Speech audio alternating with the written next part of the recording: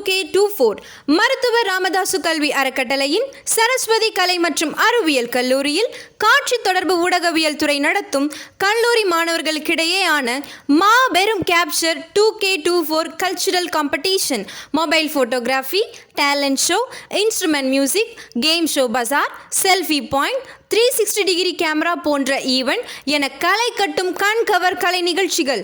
நாள் செப்டம்பர் 13/9/2024. இடம் சரஸ்வதி கலை மற்றும் அறிவியல் கல்லூரி, வலக்கூர், திண்டிவனம். மாணவர்களே, நிகழ்ச்சிக்கு பங்கேற்க வாருங்கள்.